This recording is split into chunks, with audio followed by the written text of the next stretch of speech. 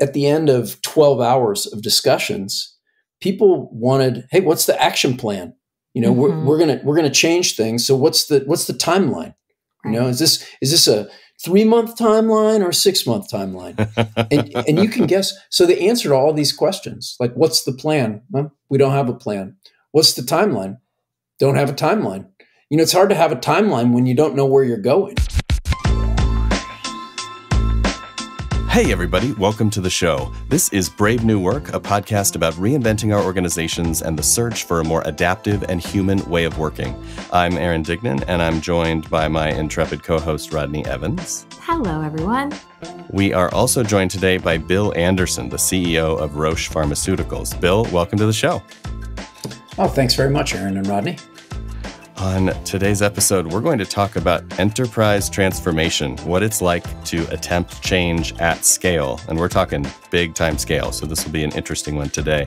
But before we unpack that, we do a little thing on the show called the check-in round. We do the check-in round, and we ask our illustrious guests to join us, and we will do so today. So we'll start this episode like the others, and our check-in question for today is, what makes you feel like your job is important? And I'm going to start with Aaron and then go to Bill, and I will finish us up. Interesting. It's a tough question because it's like poking at ego, but also at purpose and my meaning. Job. All right. So touche. I think, honestly, the thing that makes me feel like it's important is that I feel like our systems, the structures underneath and around and behind the way we work and show up in society really are a huge lever on how everything works and what's possible and who we become. And so the fact that I get the privilege of working on and in systems makes me feel like maybe I have a big lever. So it feels important in that way. Like at least it's high stakes. I'll leave it at that. Awesome. Bill, what about you? Yeah, it's a great question. I think for me, what's most meaningful is that the idea that I can try to help make other people's jobs better. And that's meaningful to me because in my career, especially early in my career, I had some not so great jobs and sometimes some not so great bosses. And just the idea that I could create, a better experience for other people, that kind of makes me happy. That was actually going to pretty much be my answer, Bill. So, I mean, it's satisfying and fun to work in and around systems for all of the reasons that we all know about. But I feel like the reason that my job is important is how many people I hear from who say, I look at work differently and I'll never go back to looking at it the other way. And like, for me, in terms of motivation and continuing to do this, like, I don't really care if that happens to 5 people or to 500,000 people as a result of our partnership together. Anyone who fundamentally shifts their perspective on how they spend their life makes it feel important and also like quite sacred as a job to do. Can I change my answer? You may not. All right. That was a good check-in. I like that one. So today's topic is enterprise transformation, which is kind of a big nut to crack. But I actually want to start by asking you, Bill, why are you here? You could be anywhere right now doing a lot of important things that include literally saving lives. Why talk transformation with 2 org design nerds and a few thousand of their friends? Well, I think it definitely takes kind of a coalition of the willing. And, there's a lot of people who just want to get stuff done. They just want to accomplish something, and they're not that fascinated with how organizations work. It's important that the people who are fascinated with how organizations work and have a special interest in making them better have fuel. And I get fuel by listening to others, and hopefully I can provide some fuel too. God, that's such a good point. Come out of the gate strong, Bill. I literally have never before thought about the fact that not everyone finds this fascinating. I am no joke, because it's like, how can you not? How can you not think about how the systems that we live and breathe in all day inform how we behave and think and act and experience the world? It's like, it's so interesting to me to hear you say that. And it feels deeply true and also like something I've never considered before. I love it. So maybe let's just start out with, you could just tell us a little bit about Roche. Like, how do you describe your organization to somebody who doesn't know that much about you? Well, Roche is a really fascinating company. We've been around 125 years this year, and we have about 100,000 employees around the world. And it's a remarkable place for several reasons. I mean, one, we're in the life sciences and healthcare. We're the world's largest diagnostics company. We're one of the world's largest pharmaceutical companies. And we also are really focused on what we call personalized healthcare. And so we have some businesses, a company called Foundation Medicine, one called Flatiron Health, that are really at the leading edge of precision diagnosis and personalized treatment for people with cancer. So we get to work in an area that means a lot to people, especially people when they're faced with a serious disease like cancer or multiple sclerosis or a number of others. And so it's also a place that has a very supportive culture. And that's a long running thing. And I guess I'd say for many years now, we've had a focus on great science, on doing what everyone doing what they believe is genuinely best for patients, and having a supportive culture, a great place to work. And so these are things that we've sort of cherished as a company. We've done really well with that over time. We've grown both in diagnostics and pharmaceuticals around the world. But a few years ago, we started to think about, what does the future hold? And how do we make things even better? So we're going to ask you a million questions about transformation and what all you've been up to over the last 5 years or so. But I am curious, it sounds to me like the supportive nature of the organizational culture was present even before you embarked on this specific journey around transformation. What are some of the conditions present, or like what's in that? Like, I feel like we all know that a supportive culture with high trust, collective orientation, high psych safety, et cetera, is really aspirational and is a great foundation for doing any kind of transformation work. What were you all getting right even before you really embarked on the transformation journey? I don't know. It'd be hard for me to say where it came from because, as I said, this is something that predated my time at the company. I've been with the company for 15 years, but when I joined, and I joined at Genentech, which is the U.S. subsidiary, it was something that was prevalent there. It's something that's present here in Switzerland at the corporate headquarters. I think that there's just basic expectations that, well, I was told we don't hire jerks. But what's funny is I've noticed that some people who aren't jerks, if you put them in a environment where they're jerks, they can become jerks. Absolutely. And likewise, people that might have more aggressive tendencies, if you put them in a culture like ours, then that tends to civilize them a bit. So we just, it's kind of in the water here that we expect people are going to get along with other people, that people are going to put the enterprise needs, the mission ahead of their personal agendas. And frankly, people who don't, they don't last very long. Given the scale, do you find that that's true in a homogenous way? Like, is there something that the culture has in common across the 100,000 people? Or do you feel like it has pockets that are different expressions of these ideas that sort of in the aggregate equal that? Yeah, I mean, when you have a company with over 100,000 people and we're operating in over 100 countries, there's always going to be variance in the culture in different places, different locations or departments. But I would say that there is quite a high level of similarity in those things that I mentioned. That sort of idea of a supportive work culture, that we put science first. It's not about people's opinions. It's what are the facts, and are we really holding to the science, and then putting patients first as well. That just like there can't be any question of not doing what's best for patients. Integrity is super important. Got it. And if we were to roll the clock back now 5 years to that point Rodney was talking about as kind of fertile soil for this transformation, what was the thinking going into it? Why transform? Why can't we just keep doing what everybody else is doing? Mhm. We went through a period with the senior leaders in the company talking about, what's the future going to bring? And we concluded that the future outlook for our industry was the need for more smaller projects, a lot more partnerships with governments, with payers, a lot of variables, and also this convergence of medicines, diagnostics, and data to have more informed healthcare choices. The net of all that was a much more complex environment. And we felt like the organization that we had was much more built around a few monolithic programs, and we needed to be much more agile. And that was the word, right? And at the time, we didn't really think that word had special significance. It was just, like, oh, well, we need to get more flexible, more quick and nimble, agile.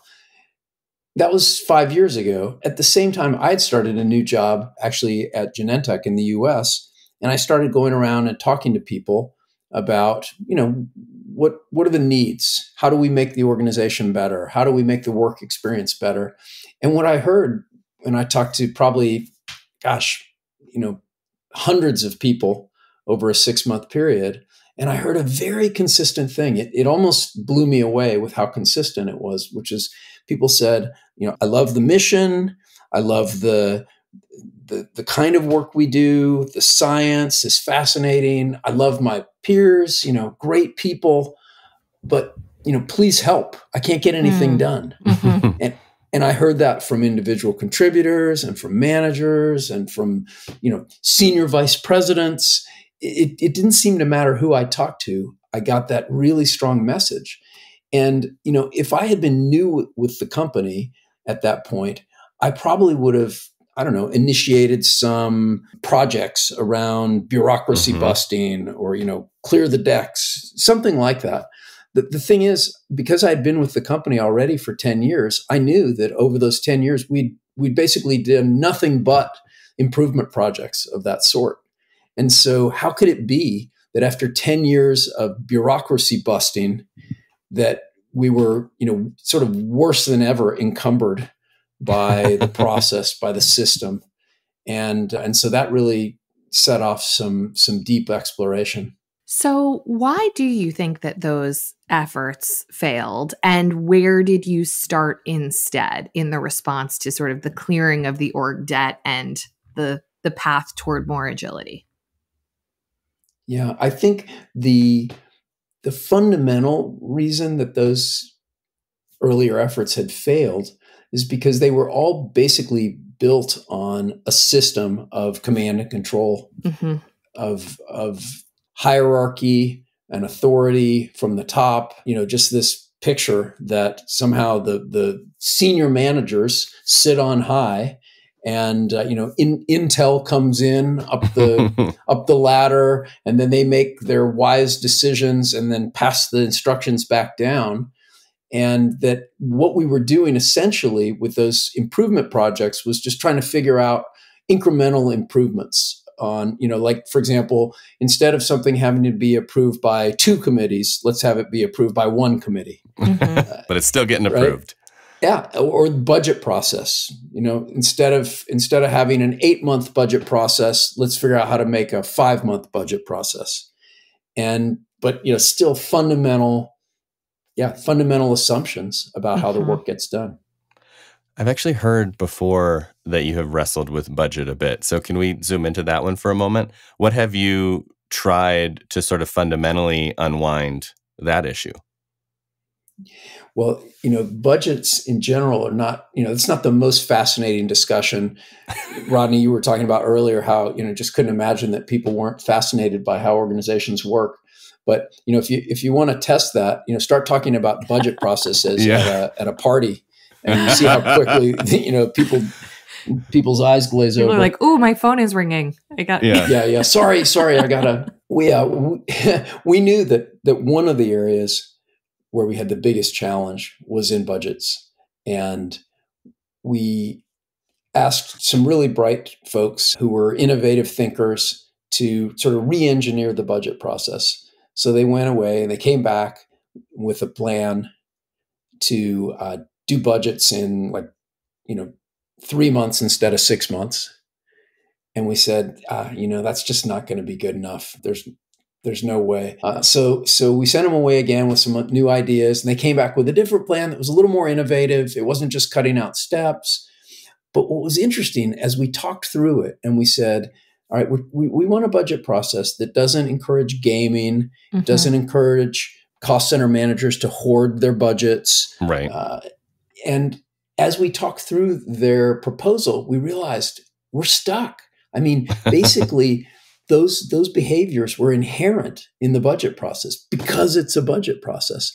And it was literally at that meeting, I can still remember the place where we decided, the only way to slay the beast is to stop the budget process. So we basically killed budgeting for a large part of our organization that year. The next year, we killed budgets in another large area because we realized, you can't stop the bad behavior if you have a flawed process. Yeah, if you're baking a cake, you're baking a cake. Have you been exposed to the beyond budgeting roundtables and groups there in Europe, or is this something that just completely grew up on its own within the organization? Yeah, I have to say in this case, we hadn't heard of this outside of the company. It was, in fact, we kind of went at it 2 steps. The first step was to kill the budgets. And then we thought, you can't just leave a vacuum. You still have to have some idea for how people think about resource allocation, Sure. What's the best way to do it? So a couple of years later, we came back and we put some guidelines in place for people to help encourage the right behaviors. But we did kind of go solo. I don't know if that was the most efficient way, but it was, I think it was a way that was very convicting and motivational for us. It's cool to hear you say that for a variety of reasons. One is that we so often in organizations get the pushback around scale. And when we have a conversation about changing something like budgeting, they're like, I don't know who you've been working with, but here in this Fortune 500 company, that's not possible. And it's like, well, it is possible because Bill just said it's possible. So that's really cool to hear. And the other thing I just wanted to sort of tease out that I think is really interesting about that story is most of us who grew up in traditional systems are so oriented toward efficiency and toward just shaving some off that when we're asked to reimagine something, all we do is just like make a slightly better version of the thing that sucks. But it just it still sucks. It just takes a little bit less effort or takes a little bit less time. And so I just think it's cool. And it's also an important lesson that sometimes you really do have to fully pull something out and see what the system asks for in exchange, because we just can't get out of our own way in terms of orienting toward incremental improvement rather than like a radical rethinking. Yeah, I think that's so true. And I think I know I still get stuck in things where, it's a failure of imagination to find a different way or better way. But that's why we have to work together, isn't it? Yeah, that actually, I also, wanted to ask you, Aaron's question about beyond budgeting prompted this for me. It sounds to me from what you're saying and what I've read, like Roche does a lot of its own internal incubation of ideas and experiments. How do you think about that versus drawing inspiration from other companies, thinkers, authors, whomever? Like for you as someone who's leading this transformation and this organization and holding this space, how do you balance good from within and good from outside?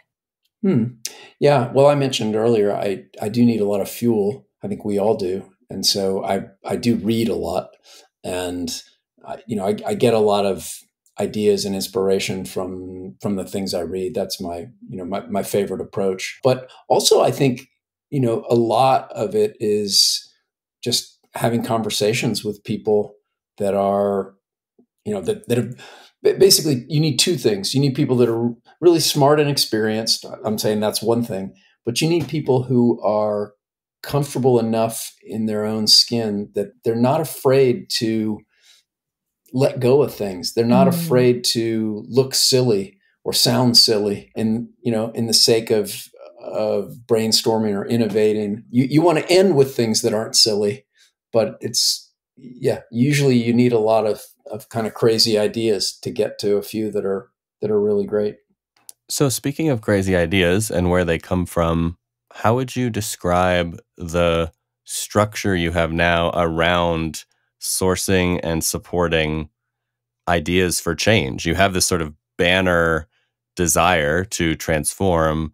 Is that being driven by a centralized organization, a decentralized mandate, from the top down, from the bottom up? Are there structures in place? Tell us a little bit about that. Yeah, well, originally we had two kind of hubs of transformation going on. One of them was at Genentech that I mentioned, and I'll come back to that. The other was in our global technical operations organization. So there, they had decided to implement lean. And as you know, lean, provides a lot of tools and equipping to how do you put decisions with the folks on the front line. Sure. And so they were fortunate because lean production is sort of ready made for a manufacturing environment. And so they were able to kind of go with that. Where we were, we looked around and we couldn't find another company that was in our exact situation.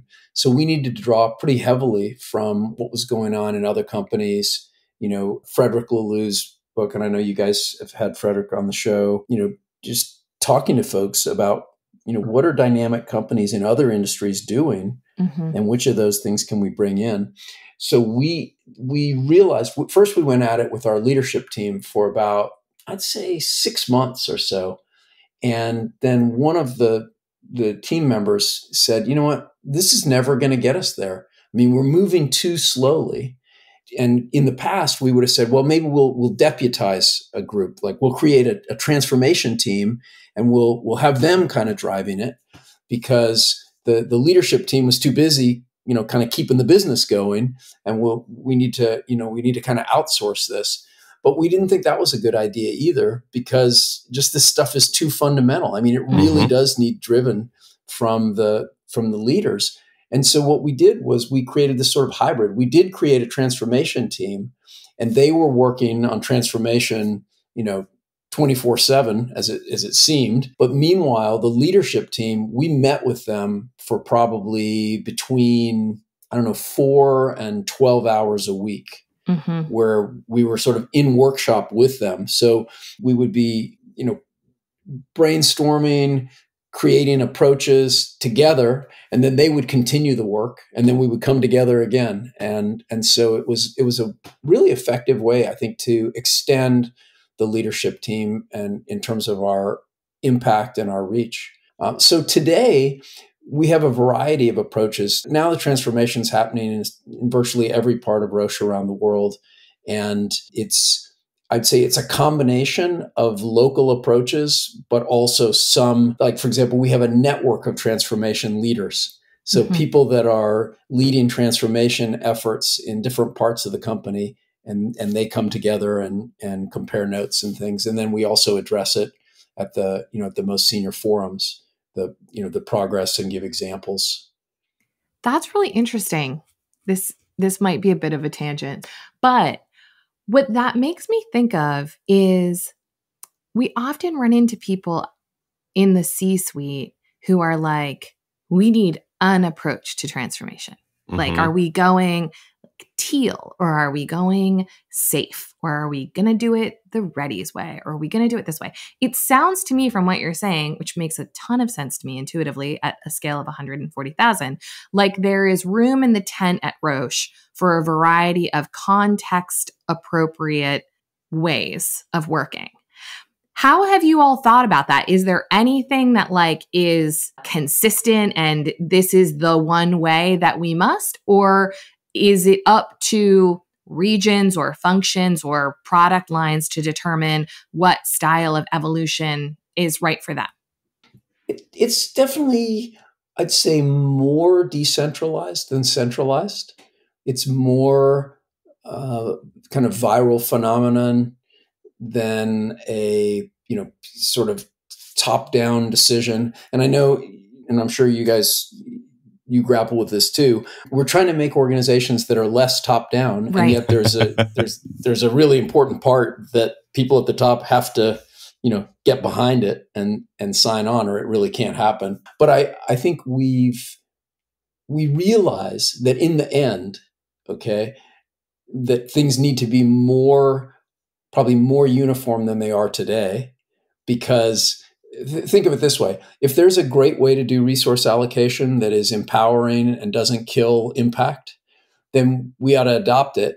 And the chances that we're going to figure out 20 different ways to do that are not that great, Yeah. So for example, in our new approach to resource allocation, we've rolled that out over most of the organization and sort of said, hey, you kind of need to do this or figure out something that contains all these elements. We put 5 elements in it. We said, you don't have to call it this and you don't have to use the same language, but whatever you do, you got to nail these 5 things. And in other things, there's a huge difference in, say, the work that gets done across the Roche Group. We have scientists doing fundamental research in labs. We have manufacturing plants. We have marketing people, right? And so what's going to be most useful for a research organization may not be the same thing that's the most useful for a customer-facing organization. And so, we need to allow for that too. But I would say that there's a remarkable degree of harmony. That's probably the appropriate term. We may not be all in unison, but there's a remarkable degree of harmony in the transformation work. That's very cool. It's a very cool way of balancing the constraint that's necessary to not just have like wild duplication and inefficiency and a lack of learning, but also enough decentralization to get variety, because that's how we get evolution. I love that. So rewinding a second. So you and the leadership team are like, we gotta do this work, and we're gonna deputize or have these helpers, and we're going to invest all of this time in approaches, et cetera, et cetera. That all sounds harmonious and amazing in hindsight. And I'm wondering if actually in the moment you had some resistors, you had some folks who thought maybe we're pretty successful. This doesn't really sound like something that we need to invest so much time in. How did you bring along the people who didn't necessarily think a lifelong transformation journey sounded like one they particularly wanted to embark upon?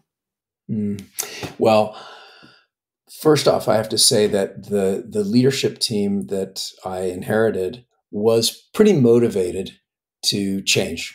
They just felt like, as I mentioned, business conditions are changing. Our business, we had some older products that were going off patent. We were going to need to launch in a bunch of new therapy areas. And the combination of these things, people were motivated. They felt a sense of, change is needed, progress is important. And they were hearing the same things from people like, hey, we're frustrated. We can't get things done.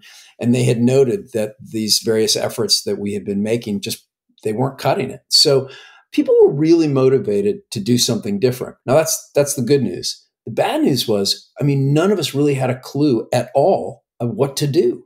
In other words, it was like all the things that we had been trained to do and taught to do and learned to do, they weren't working. And so that's kind of hard. I have to say, it was, from an intellectual standpoint, it was really draining.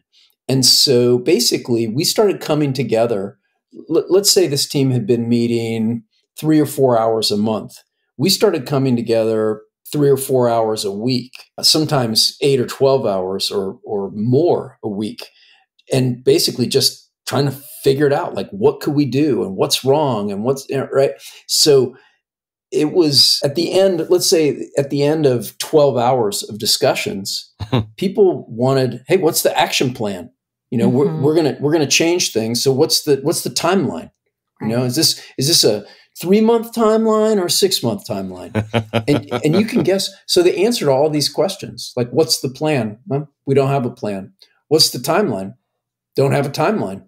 It's hard to have a timeline when you don't know where you're going. Sure. Right. So it was, and I have to say that was an intense period where, some of the folks on the team, I think they wanted to strangle me because, I kept saying, no, we're not going to do what we've been doing. We're not just going to start a process that is like, oh, the 3-month, initiative to lighten the bureaucratic load or something, that's not going to work.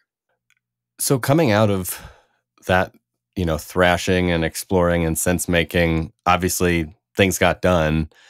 I'd love to hear a little bit about what you're proudest of, and then maybe along the way touch on the vital model, which I read a little bit about online. I'm not sure if that's a thing you are proud of, but if you are, I'd love to hear about it. Yeah.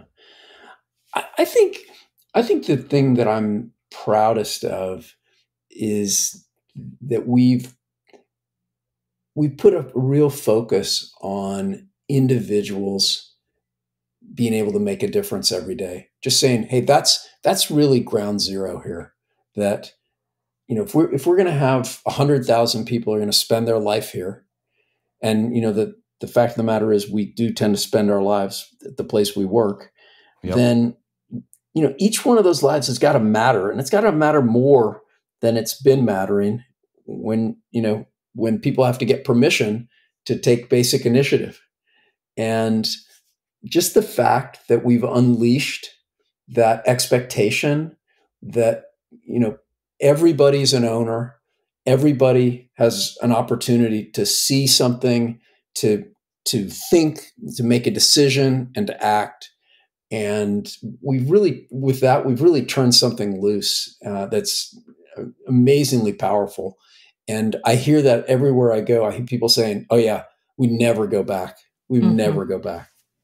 So I think that's pretty exciting stuff. We've got a long way to go, and we haven't. We're not going to create a perfect organization. I give the analogy of working in a kitchen, right? I like to cook, but I don't like to do dishes. We're not creating a workplace where there's no dishes to be done. Sure. But we do want to make a place where there's a lot more fun. There's a lot more fulfillment, and that people are able to actually, do the stuff to capitalize on the opportunities they see. So I mentioned before that, resource allocation, first, what we did is we just killed budgeting. And, we just said, look, we got to stop the gaming, the sandbagging, the hoarding, all the things that happen. By the way, when I talk to people that are in companies that are still doing regular budgeting, and they look at me sort of shocked, then I say, hey, so does your budget process have sandbagging? And they're like, yeah. Does it have hoarding? Yeah. Is it static over the course of the year so that, people are constrained about pursuing new opportunities? Yeah.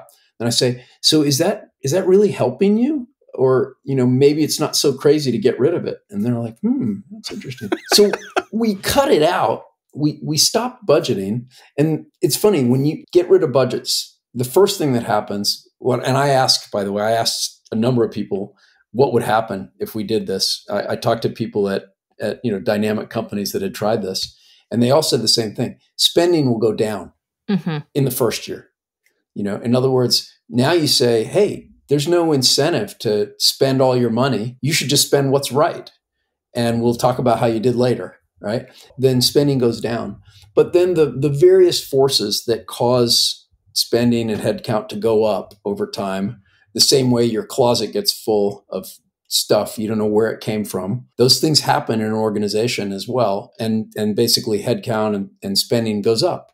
And so you do need something to give as a guidance, just like, we all need goals for things we do. Like if I'm going to run a marathon, I got to set a goal for myself. I can't just schlep up one day and decide I'm going to run 26 miles. So we came up with this, what we call the VITAL framework. And it's an acronym. The V is for vision, which is basically ruthlessly prioritizing. You should only be doing the things that clearly drive progress towards the vision. The I is for improvement. And this is really simple. I mean, human beings are not animals. Humans have the ability to make progress and to do things better and differently. And so if you're doing the same activity next year as you're doing today, it's going to be with fewer people and less money. Otherwise, you're not tapping into the human potential in your organization. The T, which is also really important, is talent flow. So when you're freeing up those resources from the activity that's the same as this year, then that talent needs to be able to easily move to something else that's impactful, that's advancing the mission. The A is for accountability. And here we mean accountability to peers. That's real accountability. You can fool your boss, but you can't fool your peers. And, we all need peers to hold us accountable and to encourage us and to challenge us. And then the L in vital is for lucid. And that's just the idea that everyone in the organization deserves to see what's going on, where are the resources going, and so making that clear. So that's the approach that we've taken. And it's still go spend what you need, drive the mission forward, and we'll talk about how you did later. It's interesting hearing you talk through it. I see connections between the pieces that I did not see when I first read about it, because there are a lot of acronyms out there in our world of change, and most of them are just, so they look good on a t-shirt. But what I like about a few of these is they really feed into this living ecosystem idea, right? If you're making improvements, then you're getting efficiency. That's creating freed talent. The talent needs to go somewhere. In order to go somewhere valuable, they need to see what's going on. You need transparency or lucidity, and they need to have a connection to vision, et cetera. So it feels nicely integrated, which is not always the case with a solid corporate acronym. Yeah, I also just really like the inclusion of the word lucid, because so much of what we see in traditional orgs that are command and control is just a lot of stupidity, like a lot of institutionalized stupidity. And it's not the fault of the individuals. It's the water that they swim in, and it's what the systems tell them. But effectively, it is amazing to us. We continuously marvel at the degree to which incredibly bright and talented people act like dum-dums at work because they have no authority. And it's just like, when I see those people in other environments, like at their HOA board meeting, or being parents, or buying homes, or, conducting their lives, I'm like, you've got a lot of candle power. What happens to you at your job? So I just like the idea that we're going to encourage people to remain lucid at work and paying attention. Yeah. It's funny you mentioned that about how people behave so differently at the HOA meeting. And I think it's all about expectations, isn't it? Mm-hmm. I mean, at the HOA meeting, they don't have to get permission from their boss, although, yeah, it depends, maybe their spouse might be the boss in that case. But, I think we've created corporate environments as places where people go to dumb down. Again, not because it's the people's fault. It's the environment we've created that says, yeah, here's the limits on your creativity. Here's the limits on your initiative. Here's the limits on your ability to act. And, people just come in with an expectation like, hey, this is a place that I'm not an owner. There's other people. There's always somebody else who's kind of the owner, and I just work here. I think we estimate the importance of roles, rituals, and, norms and ceremonies, and the idea of like, yeah, when I walk through this door, I'm this person. When I wear this outfit, I'm that person. When I have a badge, I'm this person. We're so psychologically susceptible to really changing our identity on a dime based on those conditions. So then it's fascinating to play with, well, what are our rituals? What are our norms? What are our characters? What are our outfits? And what does it tell you? And one of my favorite trappings of the old world that usually gets eliminated in factory settings in, teal companies is getting rid of the clock that you punch in and out of. And it is funny to just think like that's a ritual, and it starts the day with a lack of trust, and it ends the day with a lack of trust. And so then, where do we go from there, right? And so what is the first thing that a Roche, employee team member will do 10 years from now when they sign in, log in, walk in, is a cool thing to think about. Yeah, absolutely. We've talked a lot about where y'all have been and things that you've tried. I'm curious what feels like it is the next step. I mean, we all know that these journeys don't end. Yours sounds like it is a long road behind you, and probably a lot more ahead. What is on your mind now, Bill, in terms of where Roche is going? Well, for sure, we have a lot of practice to do. And, when you go to, let's say, more of an external orientation and more of a mission orientation. And you've got a new approach to resource allocation. And, that I just described, you can see even in the elements of that, things like talent flow. Wow. In large organizations, making it so that people can move to the most impactful work. And sometimes that's at a sort of at a macro scale. Like, for example, I don't know, if you have team A has 20 people, but next year they only need 10, and team B is just the opposite. Like, how do you make that change happen? Or whether it's for that individual, how do you empower them to kind of leave the team they're on and go do something else where they see an opportunity? So even just elements like that are, things that we will be working out, I think, for years. So I think, the next, some significant part of it is just getting better at these concepts and practicing them and developing them and, just making them more and more natural for the organization. Then I think, in terms of the next, what's the front edge?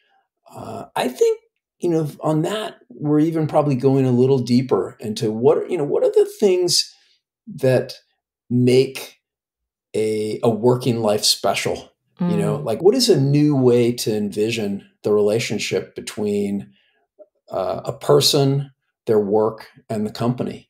And I think that a lot of the things that we're doing in corporations today, even the most dynamic corporations, even the most forward-thinking corporations, there's so much that's still built on the kind of industrial age legacy, of, you mentioned the punching the clock, this whole idea that, the company sees people as a source of labor and the people see the company as a source of income. And, you achieve some sort of balance between those two forces. That's not really adequate to describe the much more complex and, I would say, much more beautiful arrangement that's possible in a company today. And I think, that affects all kinds of decisions we make about how we structure work. So I think that's something that we're starting really a dialogue amongst our really people who care at the company as what do we want this place to be in the next 125 years? That's super cool. And I agree with you. I do think that it's really beautiful. And one of the things that has happened a couple of times to me recently on internal work that for me has helped with that, as a person who derives a lot of meaning from my work and generally does stuff that I like doing with very little exception, I still think a lot of us have a real orientation toward the future and progress and what's next and value creation and all of the other trappings of industrialized systems, because that's what we've grown up learning about and being socialized to. And one of the things that's been really helpful recently is having more reflective practices built in and really like admiring not just what has actually been accomplished, which seems a little easier, like we all know how to celebrate success, but also taking a moment to admire the attendant feelings of that like being on a team in flow that does something new or does something inspiring or fails in some spectacular way that was kind of cool to witness. Like, I just don't know that we take enough time in systems to go like, how did that feel as a human being in this experience, in this relationship with our environment, rather than it always just being about, what did we ship? What did we finish? How did it go? So that just, as you were talking about that just sort of prompted that thought for me, because I've had that experience a couple of times where other people have asked me about the feelings and the experience and the meaning making. And it's been very enlivening. Yeah, I was listening to you and just thinking, how often do I do that? And I would say not very often. It's always on to the next thing. Right. And yeah, but that's a basic assumption too, that, we're at work to make progress. Yeah. And well, I think it's true that making progress at work is super important, but that's not the only reason we're at work. Yeah. And so that's a great reminder. So I want to circle back, but when you were talking about moving people around and some of the challenges about that and what's next, it did make me think again about Hire. And so I am curious if you've been following their transformation in any detail, what you think about what's going on over there. Yeah, Aaron, I gotta confess, I mean, I did read about what they were doing a few years back, but I haven't kept a pace of it. Bill, when you were talking about talent flow, I feel like where Hire is at now that is very related to what you're talking about is that they've gotten to this micro enterprise thing that they've really figured out, like how to have these small nodes in a large marketplace. And now they're trying to figure out the wrapper to get people moving between and like to create the ecosystem around how many micro enterprises do they have? Like 10,000 or I think it's like 10,000 micro enterprises. Yeah, so like 6 to 8 people. 2,000 originally, then 4, then I think 6 or 8. Yeah. Okay.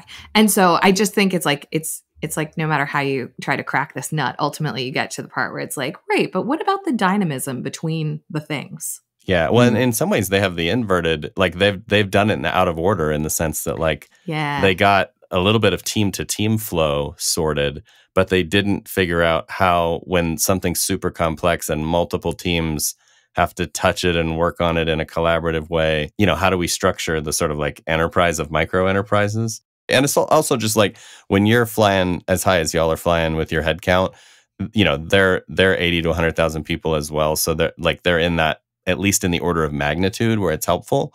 I think sometimes, you know, it's great to read about, you know, somebody smaller, but it doesn't always translate. So it's nice to have a peer who's doing something at a similar scale.